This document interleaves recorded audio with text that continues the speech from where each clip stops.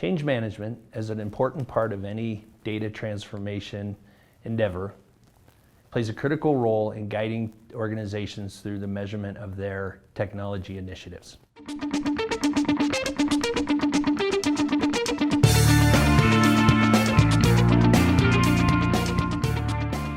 I'm Nate Strohr, Director of Technology at Third Stage Consulting. Today I'm joined by Brian Lecarumba, and we are going to discuss how to measure the success of your organization change management strategies. Thanks, Nate. Let's get started. Just first of all, helping people to understand about OCM. People think of it as a soft science initiative. Why is it important to treat it as a measurable activity? As humans and owners of change, we're more comfortable with things that we can measure. It allows us to take a starting point and an ending point and know how close we are towards getting towards that goal. It gives us a technology and a method to change and realign our efforts should we not be getting towards where we want to be. So why is it important specifically to track OCM metrics? OCM metrics give us a good understanding of where we are and how we are managing change. Technology is very simple to have a starting point, an ending point, and points in between. Change management being the softer, not as exact of a mathematics science, allows us to know where we're going and how we're going to get there, and allows us to have measurements towards how we're doing towards that end and how we're changing towards the future organization that we want to become. So what would some of those key metrics be? Some of the key metrics in change management, you have the traditional metrics that are the financials like return on investment, profitability. You also have, for manufacturing, you have throughput. Some of the more, less measured but more important change management measurements are things such as cost of compliance, cost of violations, what's going to keep you out of jail, what's going to keep you out of the news, what's the cost of running in violations of laws, international laws, social norms. Also, one of the real important ones today, and as we're going forward, is the cost to acquire and retain employees. How much does it cost for you to go all the way from recruiting an employee to making them a fully functional employee in your organization? So how would you go about engaging in and executing on an OCM data campaign and tracking these metrics? The most important part is to get started early and to get started at the beginning of the project to figure out where you want to be. And without knowing where you want to be within an organization, you have no idea how to measure what your success is and how to measure even where you're going. So the first and most important part is to say, where are we as an organization? Where do we want to be as an organization? And how will the technology or the initiative, it doesn't always have to be around technology, but how will this initiative get us to where we want to go? So the question of where we want to be as an organization is something that's changed a lot this year through the impacts of COVID-19. So how has that changed the way organizations should look at change management, or has it made it more or less important, or has it brought about changes in the way you would go about with organizational change management? That's a great question, and I think it really is it sounds like a very simple answer, but a very difficult one that organizations are struggling with right now, and that is, how do we achieve what we want to achieve, and how do we define what that is? It's easy enough to say everyone's going to be working at home, everyone's going to be working remotely, but what you're really trying to achieve is, how is that employee going to be as productive as they were before, or hopefully more productive than they were before, given the changes that we have and the challenges that we're encountering. So it's easy enough to say, okay, here's where we are, here's where we want to be, but how are we going to do it? How are we going to get there given the constraints that we have? So there's a lot of components of this that I think are not necessarily intuitive or natural for organizations to take on. So if you were to give one piece of advice for an organization around change management, what would that be?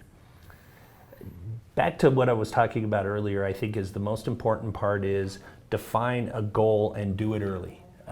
Change management really needs to be involved the second that the engagement is agreed upon, and even before kickoff. We have to have a clear understanding of where we are now, where we want to be, and how we're going to get there. I compare it to the fact that if a bunch of planes are taking off from all different directions, we want to make sure that everyone is aligned on the same point.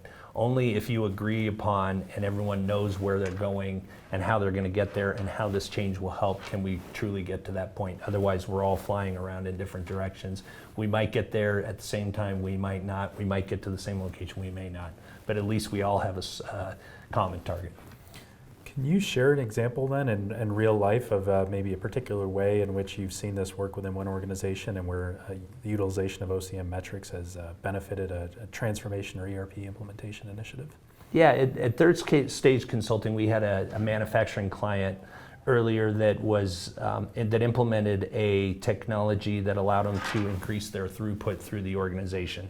It basically cut the time down between when the goods came in the door through the manufacturing process and they were available to shipment to the customer.